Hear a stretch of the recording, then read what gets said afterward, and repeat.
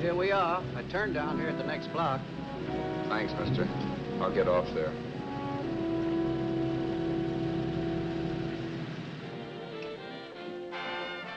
Want anything else? No.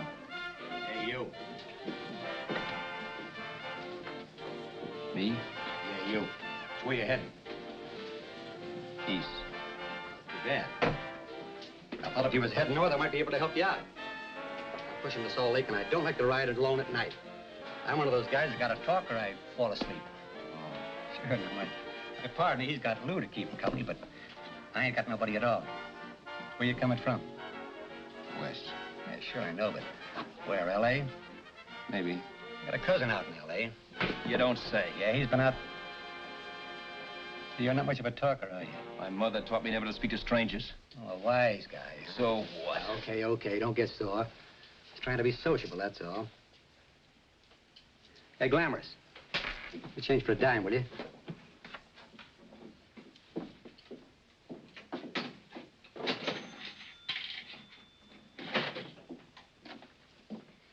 Let's have something quieter this time, Joe. My head's splitting. Is that what's wrong with it? Done with your coffee? No. And don't rush me, will you?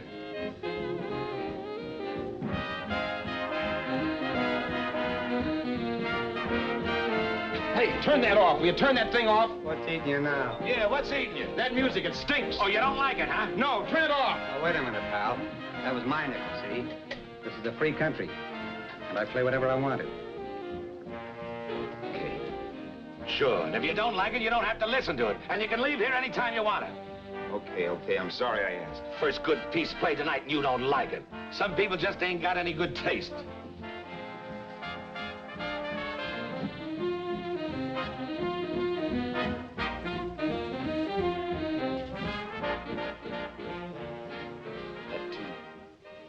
That tune. Why was there always that rotten tune? Following me around, beating in my head, never letting up. Did you ever want to forget anything? Did you ever want to cut away a piece of your memory or blot it out? You can't, you know. No matter how hard you try. You can change the scenery, but sooner or later you'll get a whiff of perfume or somebody will say a certain phrase or maybe hum something. Then you're licked again. I can't believe that you're in love with me. I used to love that song once. So did the customers back in the old Break at Dawn club in New York. I can't remember a night when I didn't get at least 3 requests for it. Sue, she was always selling it too. Those were the days.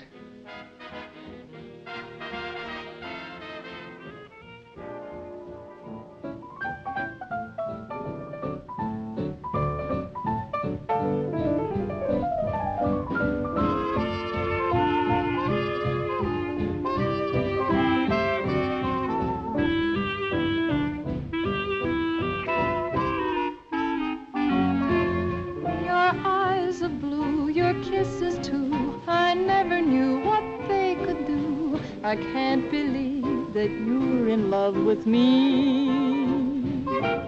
You're telling everyone you know that I'm on your mind each place you go. They can't believe that you're in love with me. I have always placed you far above me. I just can't imagine that you love me. And after all is said and done, to think that I'm the lucky one, I can't believe that you're in love with me.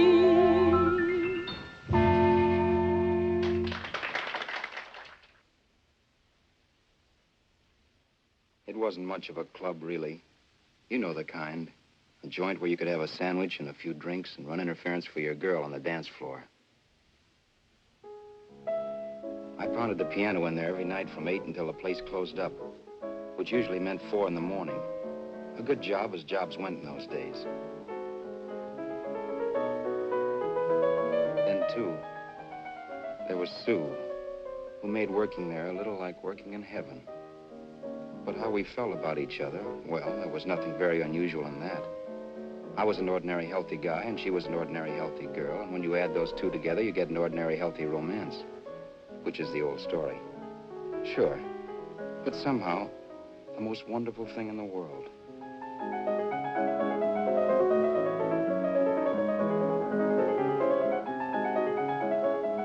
All in all, I was a pretty lucky guy.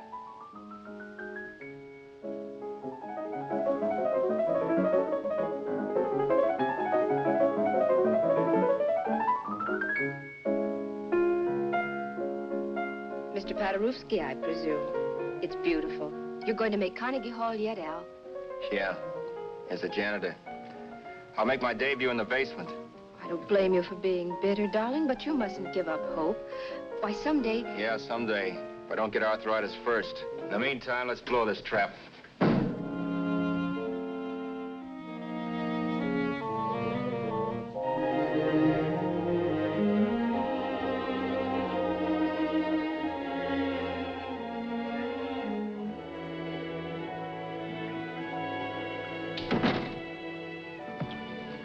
Like to get something to eat, hon? Oh, I don't think so, Al. I lose my appetite working in this flea bag. Let's go home. Okay. I can't stand much more of that dump. Did you see that drunk tonight trying to paw me? No, what drunk? Does it matter what drunk? Say, what's the matter with you tonight, darling? That's the third time you started to tell me something and then stopped. We shouldn't have any secrets from each other, Sue.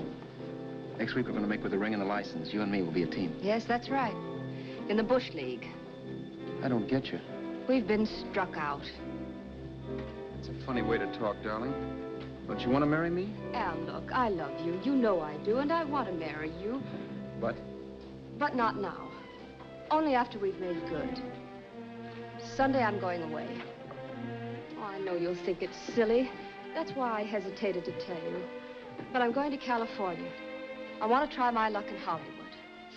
That's the most stupid thing I ever heard of. Don't you know millions of people go out there every year and wind up polishing cuspidors? I thought you had better sense. You sound as if you don't think I have any talent. That has nothing to do with it. I'll make out all right. Maybe. But what about me? Doesn't it mean anything to you that you're busting up all our plans? We may not see each other for years? It won't be that long. I thought you loved me. I do. You know I do. Well, here we are. Al. Al, why can't you see my side of it? I'm young. We both are, and we've got all the time in the world to settle down. Really, darling, what I'm doing is the only sane thing to do. I hate the thought of being so far away from you, but we'll be together again someday. Maybe you'll decide to come out too later on. So long. Al, aren't you going to kiss me goodnight? Sure, why not? Good night.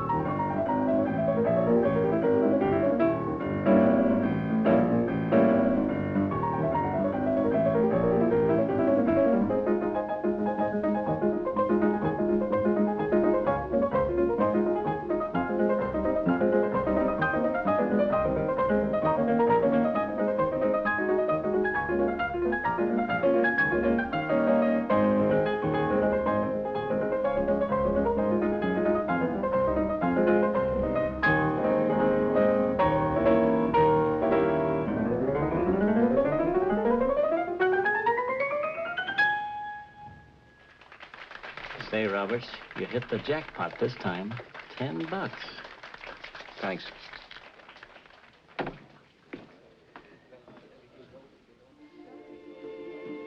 So when this drunk handed me a 10 spot after a request, I couldn't get very excited. What was it, I asked myself? A piece of paper crawling with germs. Couldn't buy anything I wanted. It couldn't... Then I thought of something.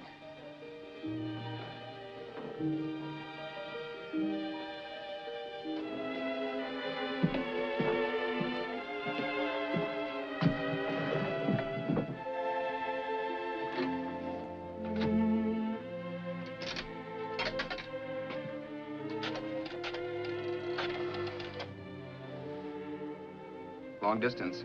I'd like to put a call through to Los Angeles. Miss Harvey. Sue Harvey, Harvey. The number is Crestview 65723.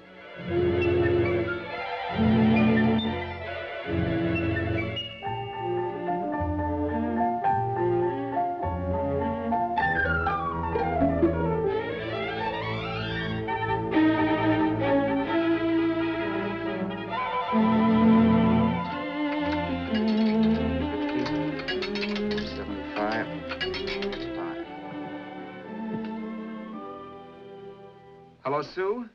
This is Al. Oh, baby, it's great to hear from you, too. What's that? You do? Oh, me too, darling. I thought I'd go batty without you. I just had to... Huh? You're working as a hashlinger? Gee, honey, that's tough. Those guys out in Hollywood don't know the real thing when it's right in front of them. You just stick it out, Sue, baby. Keep going around to those casting offices. I'm sure you'll click. Look, I'll tell you what. You stay put out there, I'll come to you. No, don't try to stop me. Just expect me. Train? Who knows? Train, plane, bus, magic carpet. I'll be there if I have to crawl. If I have to travel by pogo stick. And then, let's get married right away, huh? That's the stuff. That's what I've been wanting to hear you say. Well, goodbye for now. I'll be seeing you soon. Yeah. Bye. The only way I could cross country was to thumb rides. For even after hawking everything, I only had enough money to eat. Money.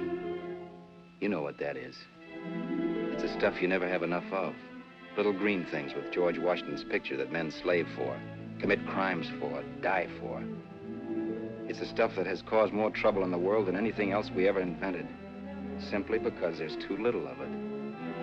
At least I had too little of it. So it was me for the thumb.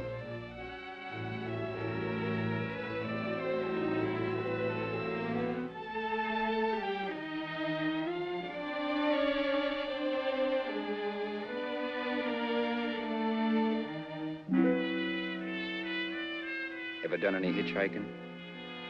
It's not much fun, believe me. Oh, yeah, I know all about how it's an education and how you get to meet a lot of people and all that. But me, from now on, I'll take my education in college or in PS 62, or I'll send $1.98 in stamps for 10 easy lessons.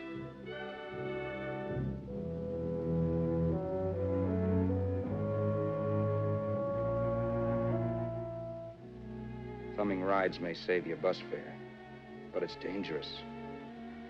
You never know what's in store for you when you hear the squeal of brakes. If only I had known what I was getting into that day in Arizona. Here, throw that in the back seat. Okay, let's go. Make sure that door's closed.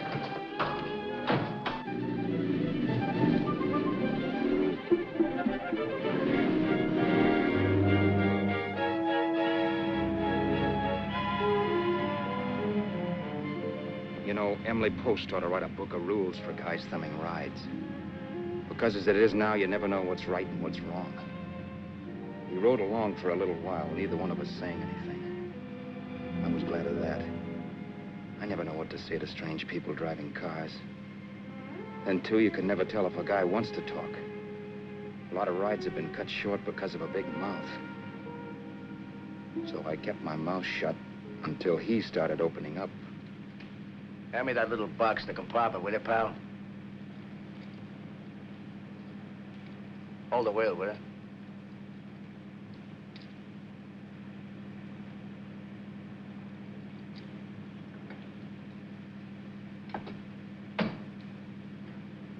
How far are you going? L.A. Well, you're really traveling, aren't you? Yeah, but I don't expect to make it for a couple of years at the rate I've been promoting rides. Not much luck, huh? Sure, all bad. Not many people stop for a guy these days. Afraid of a stick-up, maybe. Well, you can't blame him. Where you coming from? New York? Well, New York. You're in luck this time. I'm going all the way. Right through to Los Angeles. You drive a car? Sure. Whenever you're tired, let me know. I'll holler. I guess at least an hour passed before I noticed those deep scratches in his right hand. They were wicked. 3 puffy red lines about 1/4 of an inch apart. He must have seen me looking at them because he said, Beauties, aren't they? They're gonna be scars someday. What an animal. Whatever it was, it must have been pretty big and vicious to have done that. Right on both counts, New York. I was tussling with the most dangerous animal in the world. A woman. She must have been Tarzan's mate. Looks like you lost the bob. Certainly wasn't a draw. You know, there ought to be a law against dames with claws. Yeah. I tossed her out of the car in her ear. Was I wrong? Give a lift to a tomato, you expect her to be nice, don't you? Yeah. After all, what kind of dame some rides? Sunday school teachers? Yeah. A little witch. She must have thought she was riding with some fall guy. And me, who's been booking horses around racetracks since I was 20. I've known a million dames like her. 2 million. Yeah. Stopped the car, opened the door. Take it on the Arthur Duffy sister, I told her. That's the stuff. As I was done, huh? But if you want to see a real scar, brother, get a load of this. What? I got that one, Detour. Dooley?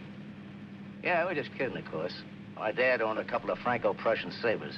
Kept them on the wall for decorations. Well, one day, another kid and I took them down when the old man wasn't around. Had a duel. He got me in the arm here. Pretty mean cut. Infection set in later. Yeah, I can see that. Now, give me that box again, will you? Yeah.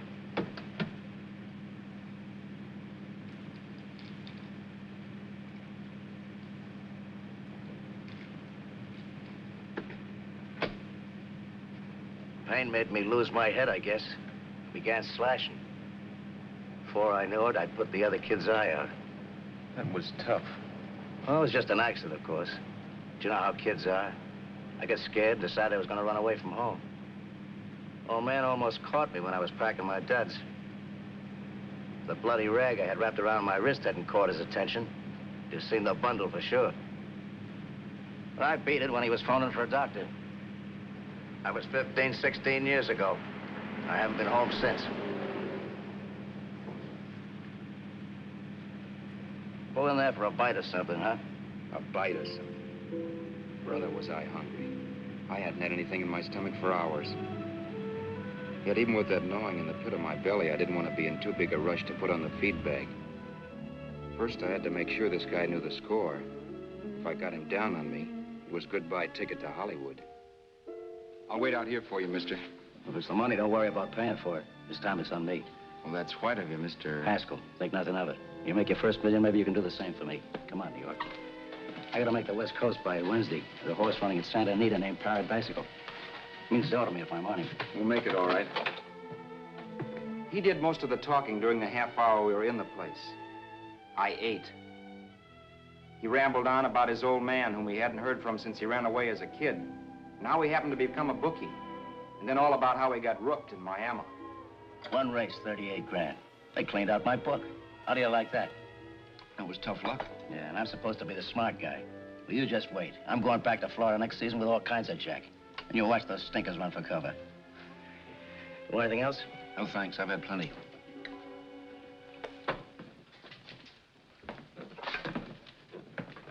Let's check there, sister. Oh, just a minute. Your change, sir. Keep it, sister. Oh, thank you, sir. Call again. I'll be waiting outside for you when you finish work. Sharp check, huh?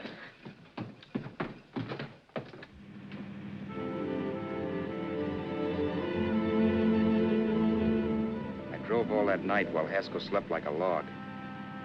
After a while, I began to get sleepy myself. I was happy, though. Soon I'd be with Sue again. The long trip was practically over, and there'd be no more hoofing it down the concrete. I began to think of the future, which couldn't have been brighter if I'd embroidered it with neon lights. It was nice to think of Sue shooting to the top. It's amazing what a full belly can do to your imagination. Your eyes of blue, your kisses too, I never knew what they could do. I can't believe that you're in love with me. You're telling everyone you know I'm on your mind each place you go. I can't believe that you're in love with me.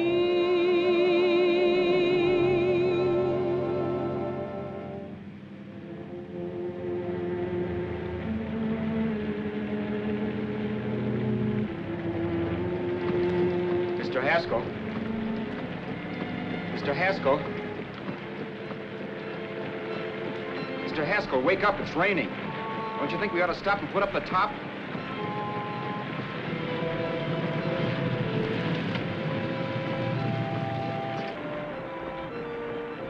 Mr. Haskell, I'm going to put up the top.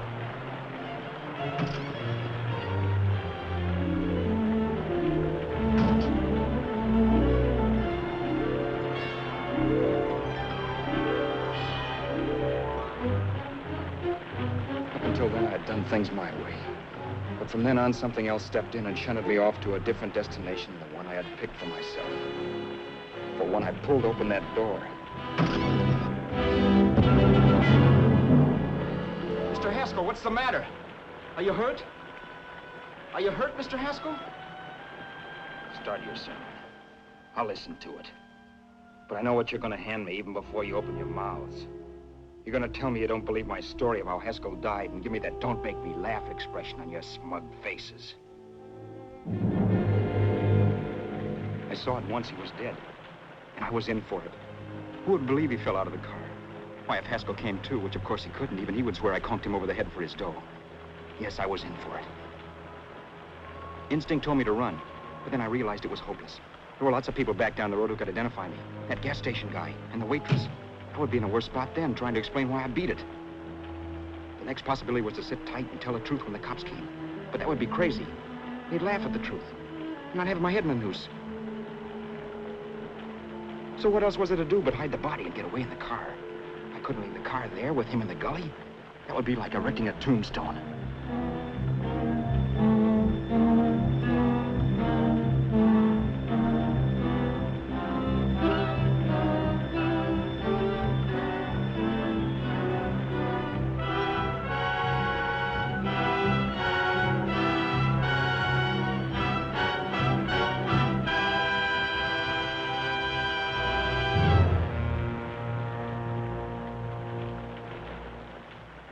My idea was to cover him with brush, not to rob him. But then I remembered that even if I only drove the car for 100 miles or so, I would need money for gas. Besides, it was stupid of me to leave all that money on a dead man. Not only that, I'd have to take his driver's license in case I was stopped for something. I didn't like to think about it, but by that time I'd done just what the police would say I did, even if I didn't. My clothes. The owner of such an expensive car would never be wearing them. Some cop might pull me in on suspicion.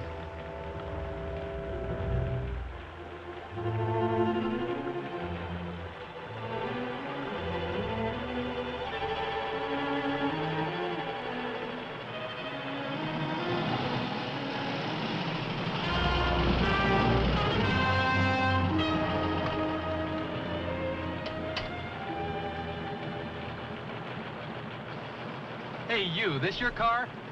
Don't you know better than to leave a car with the wheels halfway in the middle of the road? That's the way accidents happen. I'm sorry, officer. I was just putting up my top. I didn't think. Well, the next time, think. I'll let you go now, but watch your step in the future. I know that's a lonely stretch, but cars come by here once in a while, and we have plenty of crack-ups. Thanks, officer.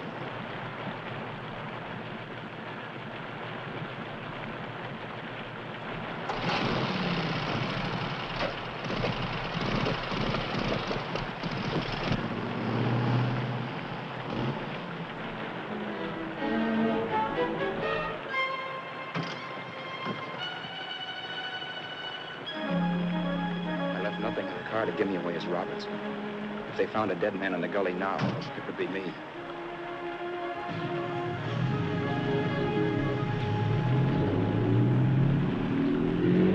As I drove off, it was still raining. The drops streaked down the windshield like tears. I kept imagining I was being followed and that I could hear sirens back in the distance. Just how long it took me to cover the 60-odd miles to the California state line, I don't know. I lost all track of time. But the rain had stopped and the sun was up when I pulled up to the inspection station. Hello? Carrying any fruits or vegetables? No. Any livestock or poultry? No. I'd like to see your registration and driver's license, please. Anything in the baggage compartment? Just baggage. Charles Haskell, Jr., age 30, brown eyes, dark hair. Identifying marks, none. Are you Charles Haskell, Jr.? Yes. Well, remember, if you're employed and you stay over 30 days, you take out California plates. All right, officer, but I'll only be in the state a short while. Right, you can go now.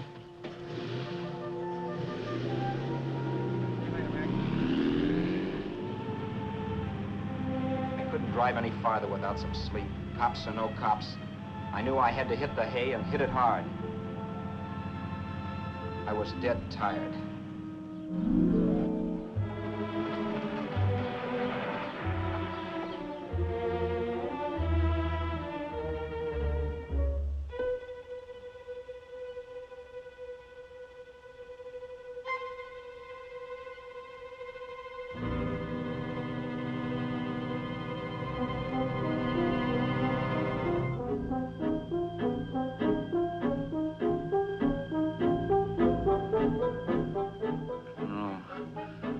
No, you can't, Mr. Haskell. No.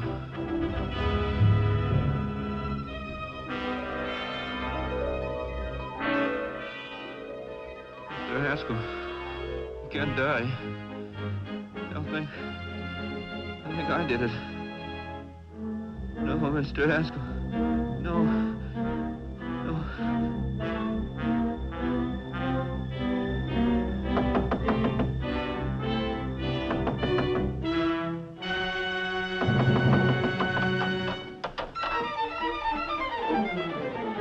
Who's there?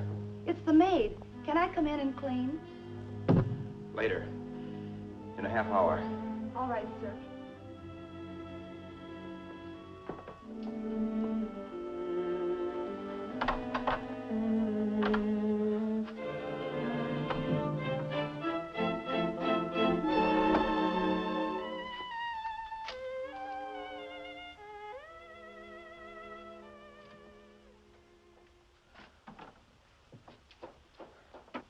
There was no time to lose.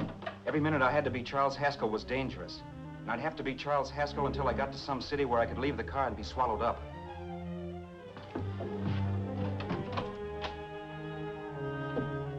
That meant driving the car as far as San Bernardino, maybe even to Los Angeles. In a little town, I might be noticed, but in a city, I should be safe enough. Then, after I ditched the car, I could go on to Sue.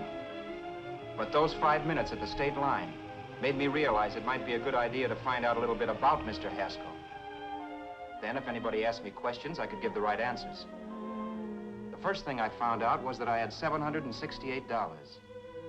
This was a lot of jack, but believe me, it was the kind of money I'd rather not have.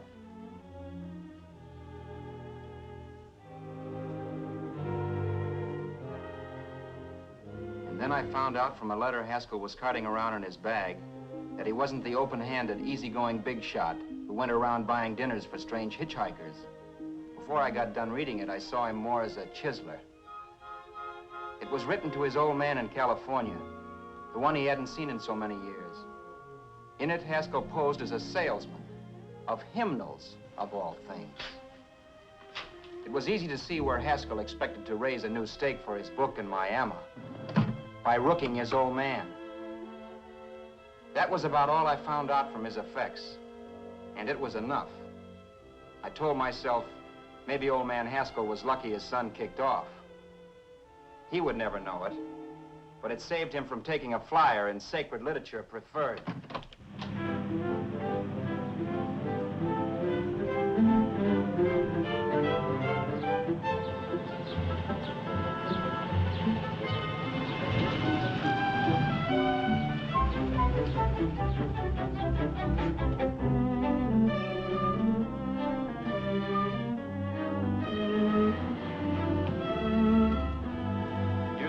At Desert Center, I pulled up for water. There was a woman. Hey, you! Come on if you want to ride.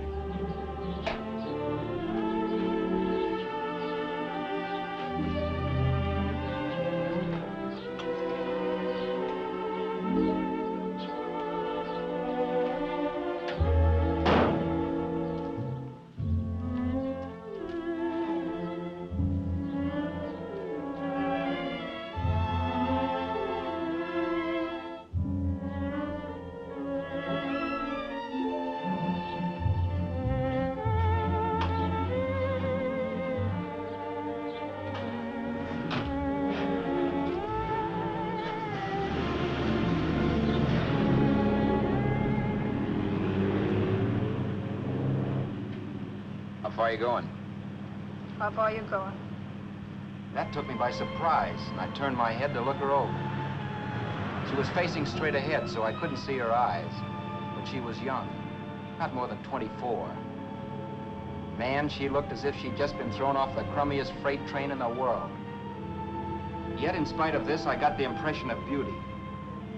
Not the beauty of a movie actress, mind you, or the beauty you dream about when you're with your wife, but a natural beauty. A beauty that's almost homely because it's so real. Then suddenly she turned to face me. How far did you say you were going? Los Angeles? L.A.? L.A.'s good enough for me, mister. That's what I was afraid of. What'd you say? Oh, nothing, just thinking out loud. People get in trouble for doing that. What's your name? You can call me Vera if you like. You live in Los Angeles? No. Where are you coming from? Oh, back there. Needles? No. Oh, sure, Phoenix. You look just like a Phoenix girl. Are the girls in Phoenix that bad? The girl must have been pretty tired, because she fell asleep not 20 minutes after she stepped into the car. She lay sprawled out with her head resting against the far door, like Haskell. I didn't like that part of it much, but I didn't wake her up. It wasn't that this girl still worried me. I'd gotten over that funny feeling I had when she looked at me, which I put down as just my jangled nerves. With her eyes closed and the tenseness gone out of her, she seemed harmless enough. And instead of disliking her, I began to feel sorry for her. The poor kid probably had had a rough time of it. Who was she, anyway? And why was she going to Los Angeles? And where'd she come from in the first place? The only thing I knew about her was her name. Not that it made any difference. A few hours more and we'd be in Hollywood. I'd forget where I parked the car and look up Sue. This nightmare of being a dead man would be over. Who this dame was, well, it was no business of mine. Where did you leave his body? Where did you leave the owner of this car? You're not fooling anyone. This buggy belongs to a guy named Haskell. That's not you, mister. You're out of your mind. That's my name, Charles Haskell. I can prove it. It's my driver's Save license. yourself the trouble, mister. Having Haskell's wallet only makes it worse. It just so happens I rode with Charlie Haskell, all the way from Louisiana. He picked me up outside of Shreveport. You rode? You heard me. Then it all came back to me. All the talk about dueling and scars and scratches. There was no doubt about it. Vera must be the woman Haskell had mentioned. She must have passed me while I slept. Well, I'm waiting. My goose was cooked. She had me. That Haskell guy wasn't dead yet. He wasn't stretched out stiff and cold in any Arizona gully. He was sitting right there in the car, laughing like mad while he haunted me. Well? There was nothing I could say. It was her move. Vera, whatever her name was just my luck picking her up on the road. It couldn't have been Helen, or Mary, or Evelyn, or Ruth. It had to be the very last person I should ever have met. That's life. Whichever way you turn, fate sticks out a foot to trip you.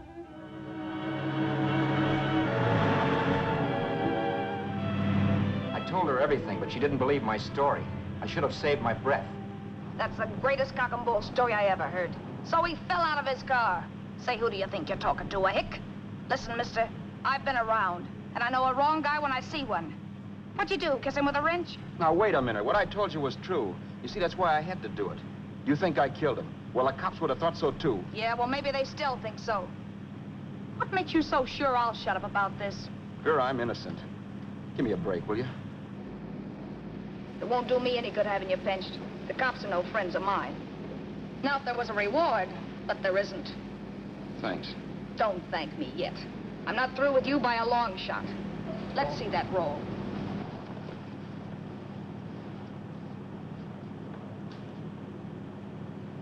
Is that all Haskell had? Isn't it enough? No, I thought he had more. Not that I know of. You can search me if you think I'm holding out on you. Well, maybe I will at that. He told me he was going to bet $3,000 on a horse named Paradisical on Wednesday at Santa Anita.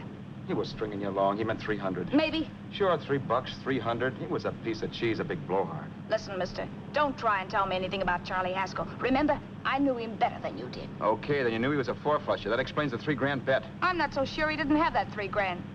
Why should I believe you? You got all the earmarks of a cheap crook. Now, wait a Shut minute. up. You're a cheap crook and you killed him. For 2 cents, I'd change my mind and turn you in. I don't like you. All right. Don't get sore. I'm not getting sore. But just remember who's boss around here. If you shut up and don't give me any arguments, you'll have nothing to worry about. But if you act wise, well, mister, you'll pop into jail so fast it'll give you the bends. I'm not arguing. Well, see that you don't. You know, as crooked as you look, I'd hate to see a fella as young as you wind up sniffing that perfume that Arizona hands out free to murderers. I'm not a murderer. Of course you're not. Haskell knocked his own head off. He fell, that's how it happened, just like I told you. Sure, and then he made you a present of his belongings. I explained why I had to do skip that. it. Doesn't make a difference one way or another. I'm not a mourner. I liked Haskell even less than I liked you. Yeah, I saw what you did to him. What do you mean? Well, scratches on his wrist. Sure, I scratched him. I'll say you did. So your idea was to drive the car a little way, maybe into San Bernardino, and then leave it. You weren't gonna sell it? Sell it? You think I'm crazy? Somebody else's car? See, all I want to do is leave it somewhere and forget I ever saw it. Not only don't you have any scruples, you don't have any brains. I don't get you. Maybe it's a good thing you met me. You'd have got yourself caught, sure. Why, you dope. Don't you know a deserted automobile always rates an investigation? Huh? Look, the cops find a car. Then they get curious. They wonder where the owner is. So, all right, they don't trace Haskell. They trace you. I never thought of that. The only safe way to get rid of the car is to sell it to a dealer. Get it registered under a new name. Say, stop at the next store. I want to get a bottle and do some shopping before we hit L.A. Okay. As soon as we find a place, I'll drop you off and pick you up later. Nothing doing. You're coming in, too. From now on, you and I are like the Siamese twins. Have it your way, but I don't get the point. The point is, I don't want you to get lost. I'm not going to beat it if that's what you're afraid of. I'll say you're not. Well, I'm going to see that you sell this car so you don't get caught. Thanks. Of course, your interest wouldn't be financial, would it? You would want a small percentage of the profits. Well, now that you insist, how can I refuse? 100% will do. Fine. I'm relieved. I thought for a moment you were going to take it all. I don't want to be a hog. A few hours later, we were in Hollywood. I was recognizing places Sue had written about. It struck me that far from being at the end of the trip, there was a greater distance between Sue and me than when I started out. Vera wasn't kidding with that Siamese twins crack. She rented a little apartment as Mrs. Charles Haskell. When I objected to this, she explained that it was on account of the car. A dealer might think something was funny if he called and found we were using different names.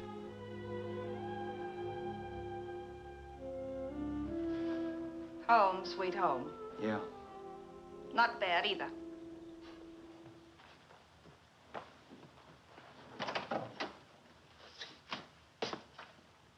In case there's any doubt in your mind, I'll take the bedroom. Yeah. Sure is stuffy in here.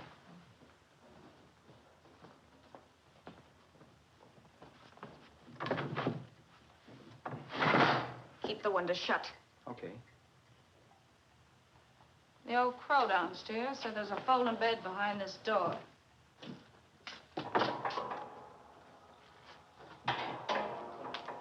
You know how to work it? I invented it.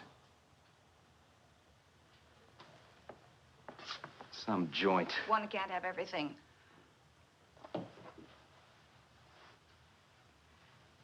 I'm first in the bathtub. I don't know why, but I figured you would be.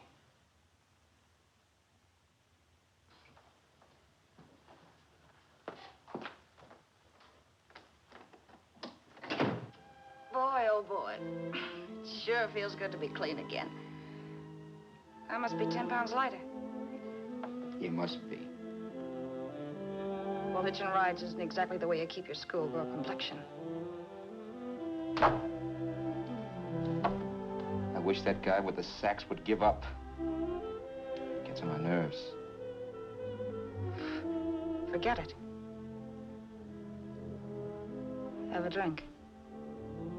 Aren't you afraid I might take you up on it? If I didn't want to give you a drink, I wouldn't have offered it. Why be a sorehead, Roberts? You got yourself into this thing. You should be grateful I'm not turning you in.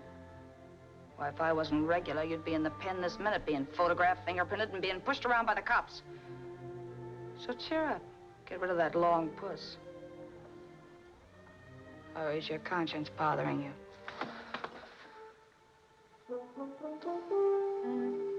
No. It isn't. Swell. That's the spirit. He's dead and no moaning around will bring him back. Anyway, I never could understand this worrying about something that's over and done with. Now look, Vera, for the last time I didn't kill him. Haskell was a sick man. Maybe he was dead before he fell out of the car. I don't know. Sure, he died of old age. All right.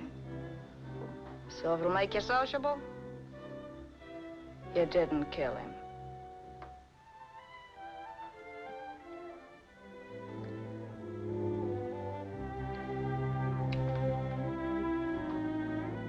Thanks.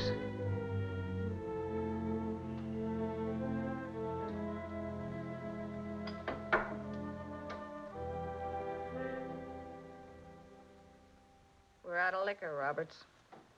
Yeah. Too bad. I felt like getting tight tonight. Well, I think you succeeded. Am I tight? As a prima donna's corset. That's good. I wanted to get tight. Why? What have you got to get tight about? Oh, I don't know. Few things. Huh. You should have my worries. If I had your troubles, I'd stay sober. And I've got the key to that door. Yeah. Maybe you're right. I'm always right. You know, I don't like your attitude, Roberts. Well, there's a lot of things I don't like. Sure. But life's like a ball game. You gotta take a swing at whatever comes along before you wake up and find it's the ninth inning. I bet you read that somewhere. That's the trouble with you, Roberts. All you do is bellyache. But taking it easy and, well, trying to make the best of things. But maybe that's what's wrong with the whole world. Get the professor. People knock themselves out trying to buck fate. Now, take you, for instance. You're lucky to be alive. Why, suppose Haskell had pulled open your door. You'd be playing a harp now. Think of that. You think of it. I'm tired of thinking. There's plenty of people dying this minute. I would give anything to trade places with you. I know what I'm talking about. I'm not so sure. At least they know they're done for. They don't have to sweat blood wondering if they are. Your philosophy stinks, pal. We all know we're gonna kick off someday. It's only a question of when. But what got us on this subject anyway? We'll be discussing politics next. Yeah. Where'd you hide the butts? On the table, sucker.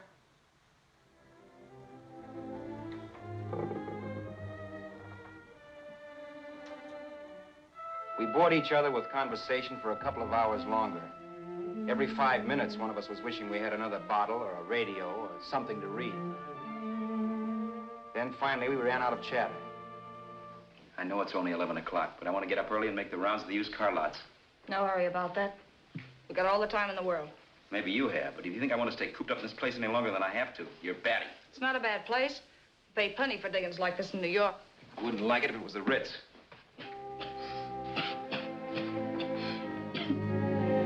Rotten liquor. You got a mean cough. Ought to do something about it. I'll be all right. That's what Camille said. Who? Nobody you know. Wasn't that the dame that died of consumption? Yeah. Wouldn't it be a break for you if I did kick off? You'd be free with all Haskell's dough and car. I don't want to see anybody die. Not even me. Especially not you. One person died of me. If you did, well, that's all I need. You don't like me, do you, Roberts? Like you. I love you. My favorite sport is being kept prisoner. After we sell the car, you can go to blazes for all I care, but not until then.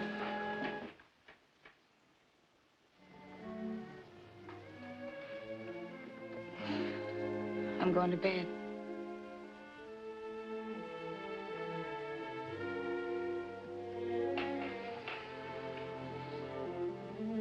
Good night, Roberts. Don't try and sneak away during the night. All the doors are locked. Anyway, if I find you gone in the morning, I'll notify the police. They'll pick you up. Don't worry, I know when I'm in a spot. Well, good night. I hope that portable rack isn't too uncomfortable for you. Don't lose any sleep over it, will you, Vera?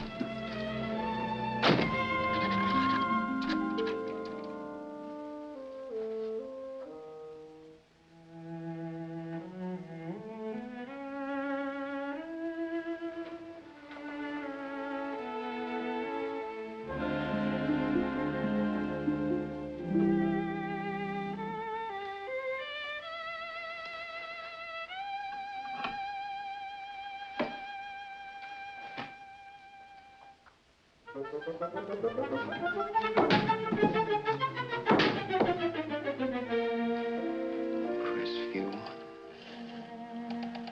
6, 5, 7, 2, 3. Hello? Hello? Hello? Hello?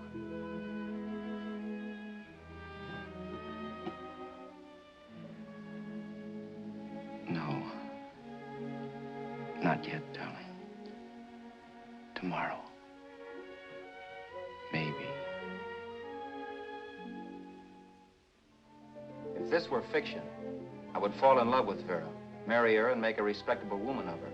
Or else she'd make some supreme Class A sacrifice for me and die. Sue and I would bawl a little over her grave and make some crack about there's good in all of us.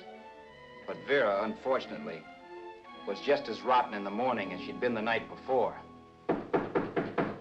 All right, I'm coming. Look, Vera, it's almost noon. So what? The dealers will be there all day? I'll be there all year, too, but that doesn't mean I'm going to wait that long. Shut up. You're making noises like a husband.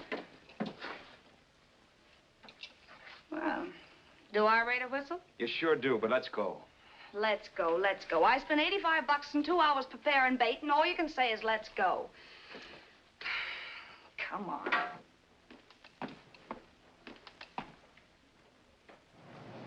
We passed a few used car lots last night down this way. What do you think we can get for this heap? I don't know. Plenty. You just let me handle everything. Think we can get $2,000? I don't know, but don't worry. I'll squeeze as much out of this guy as I can. If I let it go cheap without a fight, he might think we've stolen the car. And listen, don't make any slips and call me Roberts. That'll cook us. I don't need you to tell me that. You better just sit by and keep your mouth closed. Remember, we're both in the soup if anything happens. Forget it and drive. You're my wife, Vera Haskell. Look, after the deal's closed, let's go back to that place on Hollywood Boulevard, where I saw the fur jacket. I want to buy it.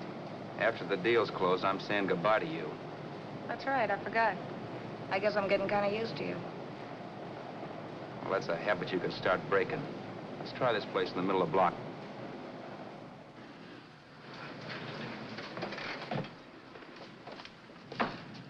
Good afternoon. What can I do for you?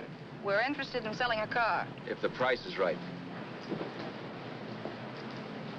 Well, if it's in good mechanical condition, it should blue book for about $1,600. Tony, take a look at this motor. $1,600. Are you kidding?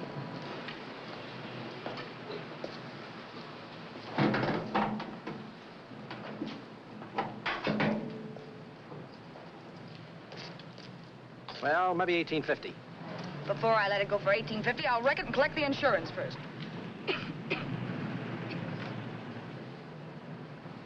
Lady, this motor's seen a lot of driving.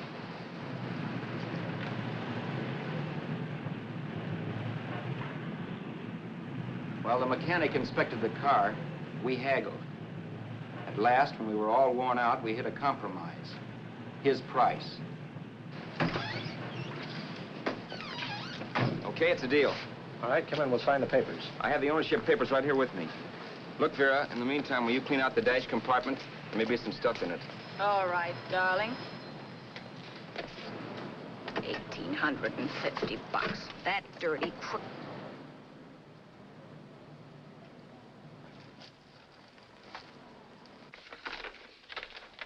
New York, huh? Yeah. But you bought the car in Miami? Yeah. Well, now let's see about the insurance. We can either have it transferred or canceled. What kind of insurance do you have, Mr. Haskell? Well, aren't all the papers there? I don't see any. Surely you know what type of insurance you carry in the car. The name of the company? Yeah, but, Well, if you'll just tell me the name of the company, I'd be very glad to take care of all the details. well, Did you sign the papers yet? not yet. Well, don't. We're not selling the car. Oh, wait a minute, Miss Haskell. Come on, darling. What's the matter? You changed your mind? Yes, I'm sorry. I guess I have. But, Vera... Let's go.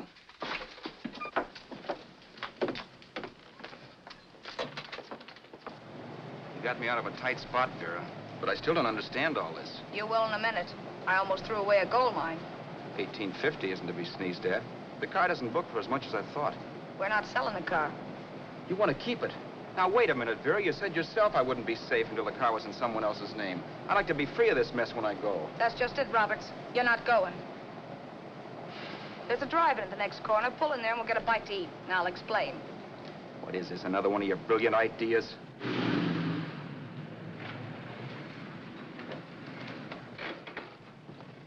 Oh, may I take your order? Make mine a ham sandwich and coffee. And for you, sir? Oh, I don't care. The same. Thank you.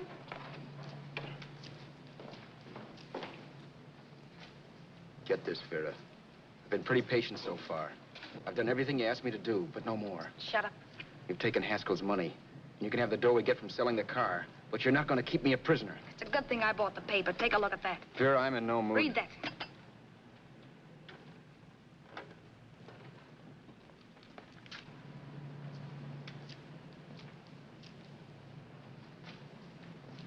No. Yes.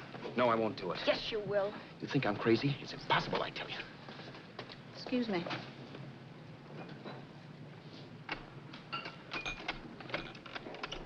Blow the horn when you're through. No one could possibly get away with an act like that. It'd be wise to me in a minute. Don't be yellow. You look enough like him. The same coloring and the same build. See how his clothes fit you? No kidding, you almost had me fooled for a while. Oh, grow up, Vera. Don't you think a father knows his own son? And there must be other relatives. The father won't have to know you. We'll wait till he gives up the ghost. He's an old geezer and he won't pull through. And as far as other relatives are concerned, they haven't seen you in 15 or 20 years. Eat. I'm not hungry. And I won't do it. It's not as tough as it sounds. Remember, you've got all kinds of identification. His car, letters, license. I could never get away with it. It's the stupidest thing I've ever heard. The old boy has scads of dough. Look in the paper there. Personal fortune assessed at over 15 million. He'll leave plenty, I tell you. Maybe he cut off his son. How do we know? It's out, Vera. I won't have anything to do with it. I think you will. Look, Vera, I'll do anything within reason. But not that. So forget it. Find yourself another stooge. You sap. You'll be fixed for the rest of your life as Charlie Haskell. You can take your inheritance and go away. No more worrying about the rent, no sweating, scheming, wondering where your next meal's coming from. Think about that, Roberts. Vera, please, you're talking too loud. On this, I'm splitting 50-50 with you. Sure, why not? We're both alike, both born in the same gutter. Now, take it easy, Vera. There's people around here. You don't know what you're talking about. We'll wait till we read that old man Haskell's dead. Then you show up. Like you read in New York that he was sick. No. Suppose he doesn't die. He will. I know he will. Something tells me. But as much as I insisted I would have no part of her scheme, Vera was taking it for granted I would. Neither of us had our mind on the cards as we played that night. I knew we were just trying to kill time between newspaper editions. This was a death watch for Vera. Maybe it was for me, too. Don't you realize if I'm caught, they'll want to know where I got the car and stuff, and they'll have me on a murder charge. If you're smart, you won't get caught. I knocked for 7. And if I'm caught, don't you realize you'll be out, too? 18 points, that gives me 30. How will I be out? You'll be out $1,850 we would have gotten on the car. Really, Vera, you'd be an awful chump if you threw away all that dough on a dizzy long shot. Let me sell the bus tomorrow. With the money it'll bring and what you've already got, a clever kid like you can run it up in no time. Then we'd both be in the clear. I'll be in the clear anyway. Maybe. Maybe. But if I got caught, I'd get good and sore at you, you know. You mean you'd squeal? Oh, no, not squeal exactly. Never mind what you meant. Even if you did tell the cops I was in on it with you, what could they do to me? They might give me the same medicine they gave you. Yeah. A rope. But I'm on my way anyhow. All they'll be doing will be rushing it. All right. But think of the $1,850 you'd lose. You'd kick yourself along the block if you ever let it get away from you. I'll take the chance. Want another drink? You're being a goon. That's the way people wind up behind the 8 ball. Once they get a few dollars, they become greedy and want more. My. Caesar. Who? You know that Roman general? He got his for being greedy. He wasn't satisfied, so the final wind-up was he took the count. A couple of days ago, you didn't have a dime. Why, you were so broke you couldn't pay cash for a postage stamp. Now you've got almost $700 with $1,850 in the offing. Take my advice. Don't try for more. I'm tired of this game. Let's have some blackjack. Play solitaire. Okay, I will if that's the way you feel about it. That's the way I feel about it. Getting sore and throwing things won't help much, Roberts. I'm really doing you a favor. I help you out of a jam by keeping my mouth shut. I show you how to make some soft money. And what thanks do I get? Thanks. Sure. Or would you rather call the cops and told him you killed a man and stole his money? I didn't kill anybody. Yes, you did. No, I didn't. You know I didn't. All right, then. Suppose I call the cops. If you're innocent, what do you got to be scared of? Okay. Call him, you mutt. Go ahead and call him. See if I care. At least they'll give me a square deal. You want me to call them? You heard me. But I'm warning you. If I'm pinched, I'll swear you were in on it. I'll say that you helped me. If I fry, I'll get even with you. You wouldn't dare. You're ticking. Yeah? Then try it and see. Call him. Yeah. Okay, I will.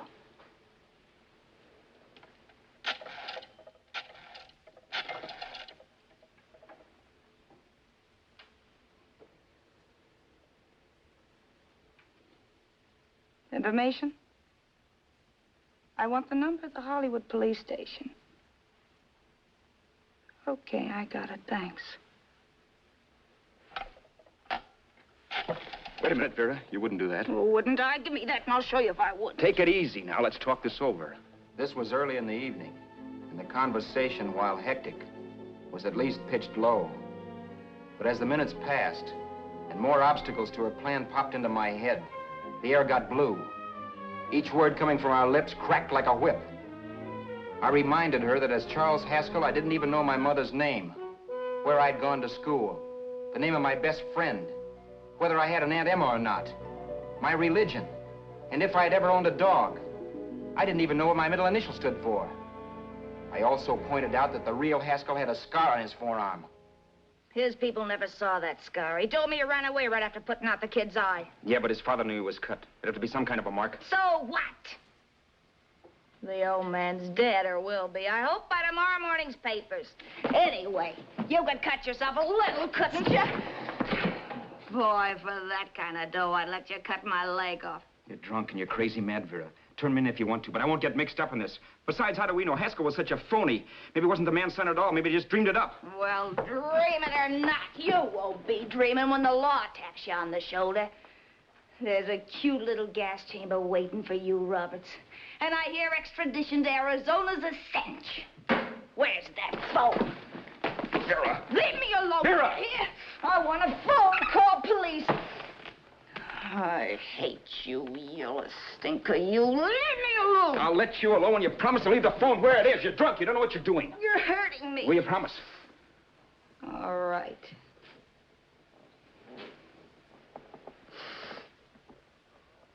You hurt me. I'm sorry, but... And it's hot in here. Open up a window. It's not hot. Don't tell me. Now, do you do it or do I do it? You're no gentleman, see? Yeah. All right. I'll open up the window. Vera!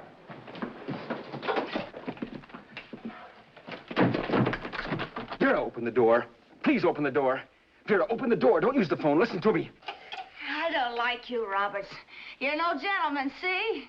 You hurt my hand, and I'm going to get even with you. If you don't open the door, I'm going to kick it down, Vera. Vera, don't call the cops. Listen to me. I'll do anything you say. Vera, let me in. I'll break the phone.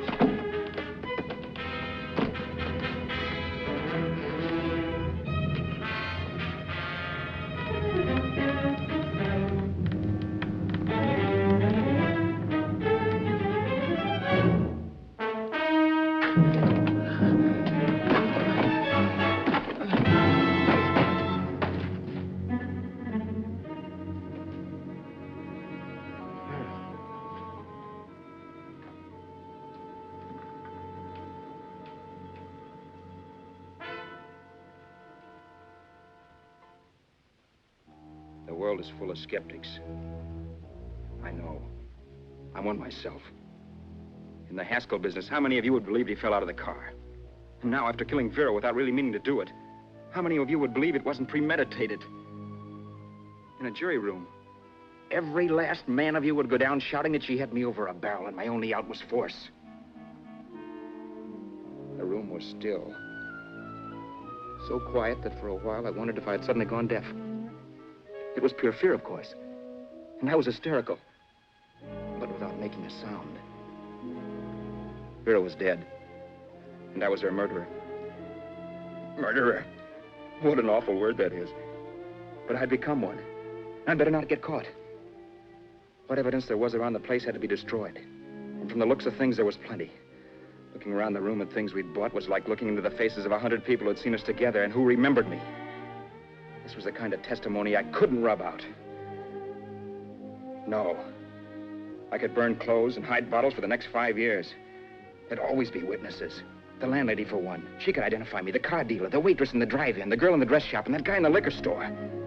They could all identify me. I was cooked. Done for. I had to get out of there. While once I'd remain beside a dead body, planning carefully how to avoid being accused of killing him, this time I couldn't. This time I was guilty. Knew it. Felt it. I was like a guy suffering from shock. Things were whirling around in my head. I couldn't make myself think right. All I could think of was the guy with the saxophone and what he was playing. It wasn't a love song anymore. It was a dirge.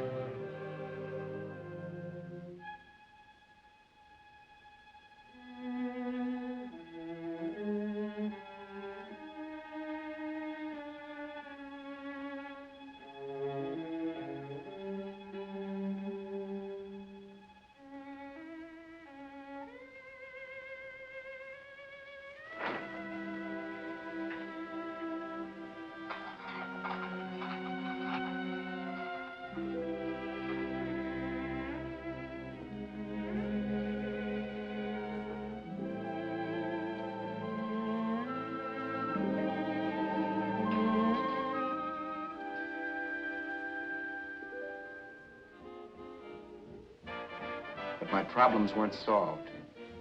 I had to stay away from New York for all time. Because Al Roberts was listed as dead and had to stay dead. And I could never go back to Hollywood. Someone might recognize me as Haskell. Then, too, there was Sue. I could never go to her with a thing like this hanging over my head. All I could do was pray she'd be happy.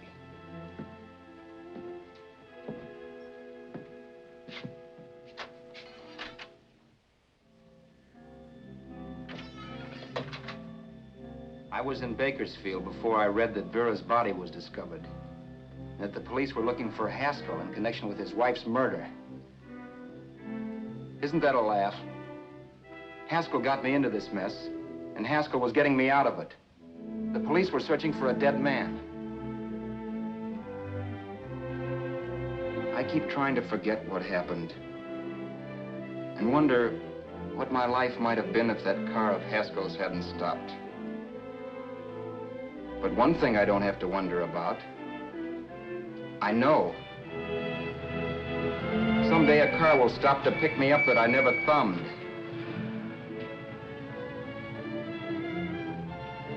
Yes. Fate, or some mysterious force, can put the finger on you or me for no good reason at all.